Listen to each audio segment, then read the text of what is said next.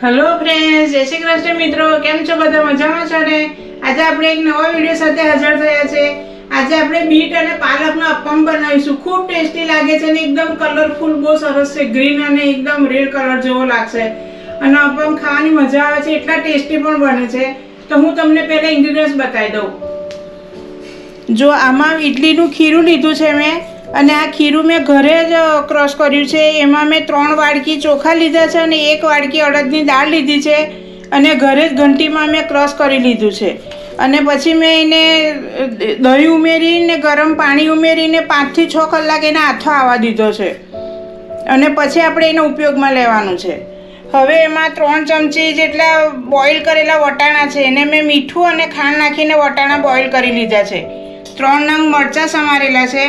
પછી 1 નંગ નાનું બીટ હતું, તેને મેં સમારીને એને ક્રશ કરીને પેસ્ટ બનાવી દીધી છે।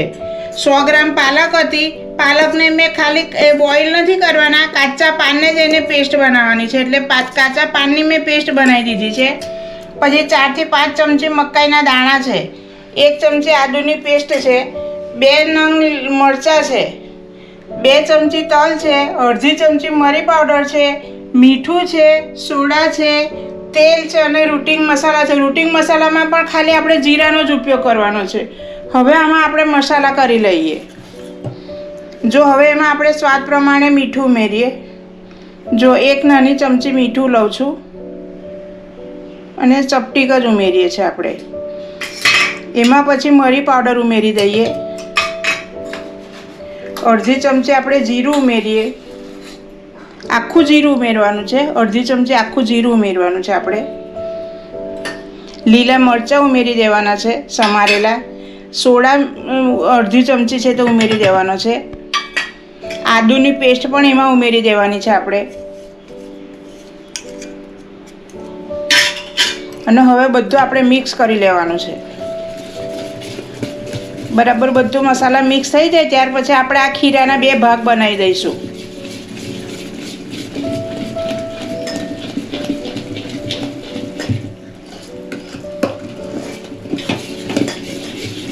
જો આપણા ખીરામાં મસાલા મિક્સ થઈ ગયા છે, હવે આપણે આમાંથી ખીરાનો 2 ભાગ કરી લઈએ। અડધું ખીરું આમાં ખાલી કરી દઈએ અને અડધું આપણે આમાં રવા દઈશું।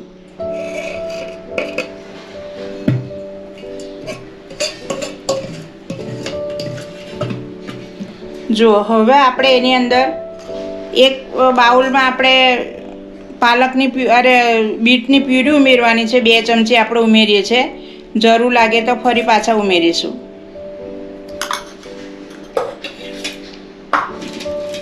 અને આ બાઉલમાં આપણે પાલકની પ્યુરી ઉમેરીએ છીએ, એ પણ આપણે 3 ચમચી ઉમેરીએ છીએ, જરૂર લાગશે તો આપણે ફરી ઉમેરીશું।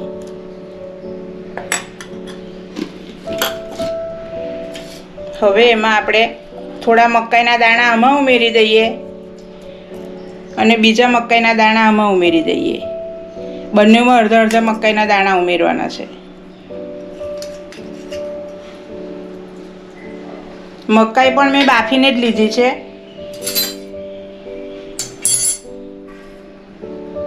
હવે વટાણા પણ આપણે આમાં ઉમેરી દઈએ।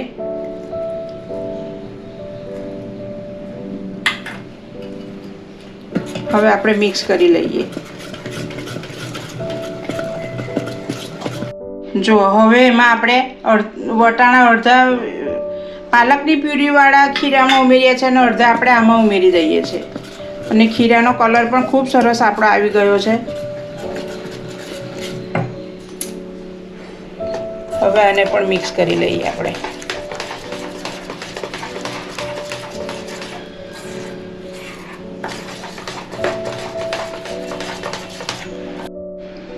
જો આપણું ખીરું તૈયાર થઈ ગયું છે, સરસ થઈ ગયું છે। જો આ એક બીટનું ખીરું છે અને એક આ પાલકવાળું સરસ ખીરું તૈયાર થઈ ગયું છે।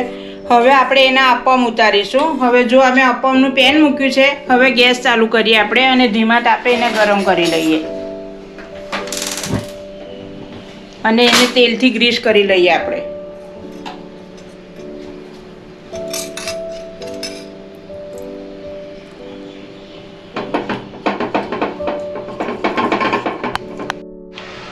જો હવે આપણું પેન ગરમ થઈ ગયું છે, સ્ટેન્ડ આપણું ગરમ થઈ ગયું છે અપમનું. હવે આપણે એને આમાં અપમનું ખીરું પાથરી દઈએ.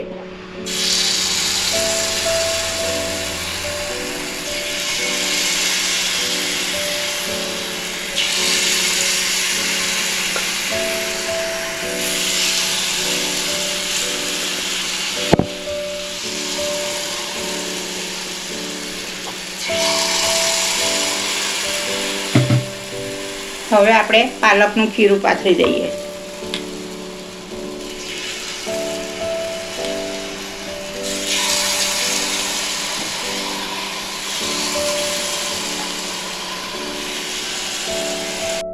હવે આપણે એને ધીમા તાપે થવા દઈએ ઢાંકીને. પછી આપણે ફરી પાછું ખીરું પાથરવાનું છે. તો થોડું 2 મિનિટ માટે આપણે થવા દઈએ, પછી બીજું ખીરું આપણે ઉપર ફોલ્ડ કરીશું. જો આપણું આ થોડું ચડી ગયું છે, હવે આપણે એની પર ફરી પાથરવાનું છે. જો હવે આ જે ગ્રીન અપમ છે ને એની પર આપણે બીટવાળું ખીરું પાથરવાનું છે.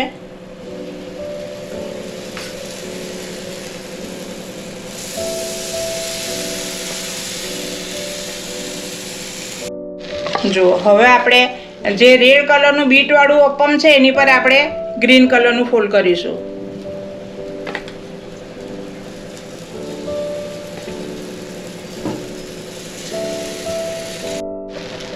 હવે એમાં આપણે થોડું થોડું તેલ ઉમેરી દઈએ કે જેથી જલ્દી ચડી જાય, અને ધીમા તાપે જ એને થવા દેવાનું છે આપણે.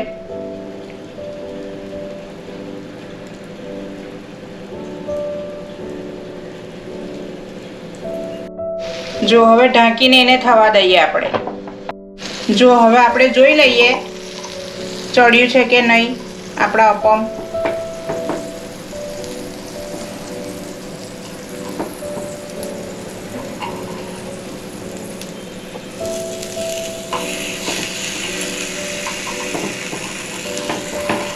એને પણ આપણે ધીમા તાપે જ થવા દેવાનું છે. જો આપણે પલટાઈ દીધા છે, હવે ફરી પાછા 2 મિનિટ માટે એને થવા દઈએ. પહેલાં થોડું તેલ લગાવી લઈએ પાછા એને આપણે.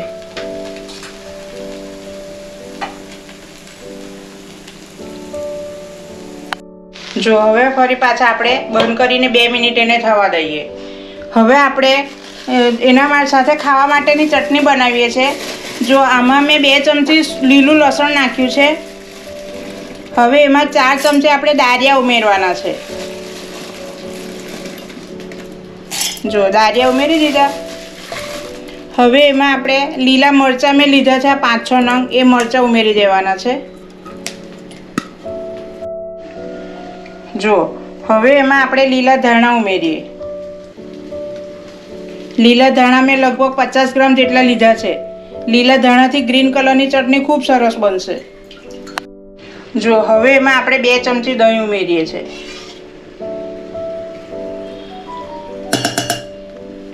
અને 3 થી 4 ચમચી કોપરાનું છીણ ઉમેરીએ છીએ આપણે એમાં. અને મીઠું ઉમેરી દઈએ આપણે. સ્વાદ પ્રમાણે મીઠું ઉમેરી લઈએ એમાં. જુઓ આટલી નાની 1 ચમચી મીઠું ઉમેર્યું છે. ચમચી મારી નાની છે એટલે 1 ચમચી લીધું છે આપણે. હવે એમાં અડધો કપ જેટલું પાણી ઉમેરીએ. વધારે નથી લેવાનું, આપણે એટલી બધી પતલી નથી બનાવવાની.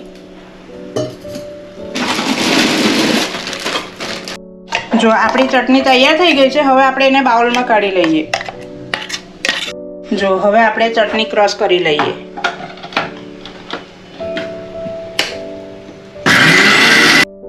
જો હવે આપણે જોઈ લઈએ છે 2 મિનિટ થઈ ગઈ છે. હવે આપણે અપમને જોઈ લઈએ. જુઓ સરસ થઈ ગયા છે, મસ્ત ચડી ગયા છે. જો બંને બાજુ સરસ થઈ ગયા છે. જુઓ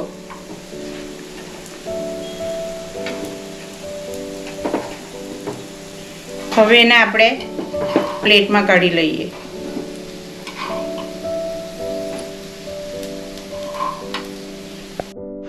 જો હવે આપણે ચટણી વઘારી લઈએ. 2 ચમચી આપણે નાની 2 ચમચી તેલ મૂકીએ છીએ. તેલ ગરમ થાય એટલે એમાં આપણે રાઈ ઉમેરવાની છે. જો આપણી રાઈ તતડી રહી છે, હવે આપણે એમાં હિંગ ઉમેરી દઈએ. હવે વઘાર આપણે આમ ચટણીમાં રેડી દઈએ.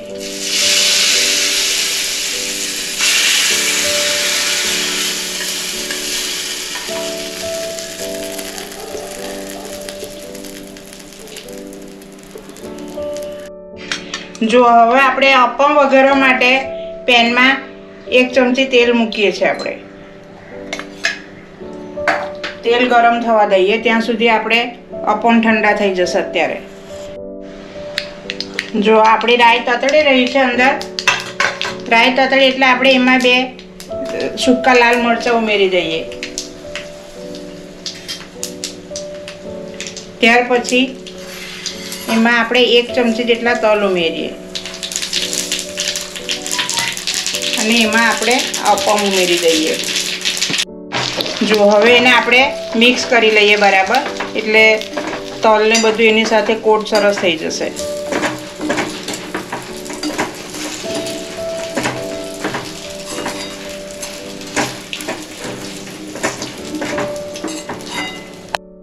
જો આપણા અપમ તૈયાર થઈ ગયા છે. હવે આપણે એને સર્વ કરીશું. જો એક બાજુ ગ્રીન છે અને એક બાજુ રેડ કલર છે. જો આ રેડ કલર છે, આ ગ્રીન કલર છે.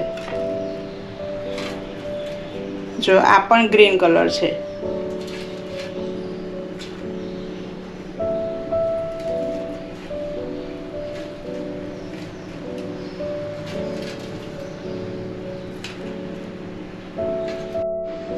જો આપણા અપમ બનીને તૈયાર થઈ ગયા છે. આપણે ચટણી સાથે સર્વ કર્યા છે. ખૂબ ટેસ્ટી ચટણી પણ બની છે. અપમ પણ એટલા ટેસ્ટી બન્યા છે. તમે ઘરે સાદા અપમ તો બનાવીને ખાતા જ હશો. બધું વેજીટેબલ નાખીને પણ બનાવાય છે. પાલકનું એકલું પાલક નાખીને પણ બનાવે, એકલા બીટ નાખીને પણ બનાવે અને બેનું કોમ્બિનેશન કરીને પણ સરસ બને છે.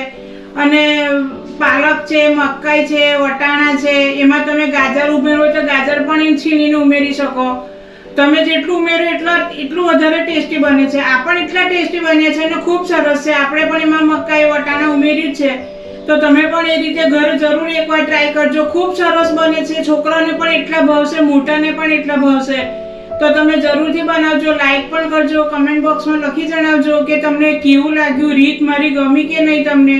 અને સબસ્ક્રાઈબ પણ જરૂર કરજો મિત્રો. રેસીપી પણ બને એટલી વધારે શેર કરજો. તો હવે આપણે નવા વિડીયોમાં મળીશું. બાય. જય શ્રી કૃષ્ણ.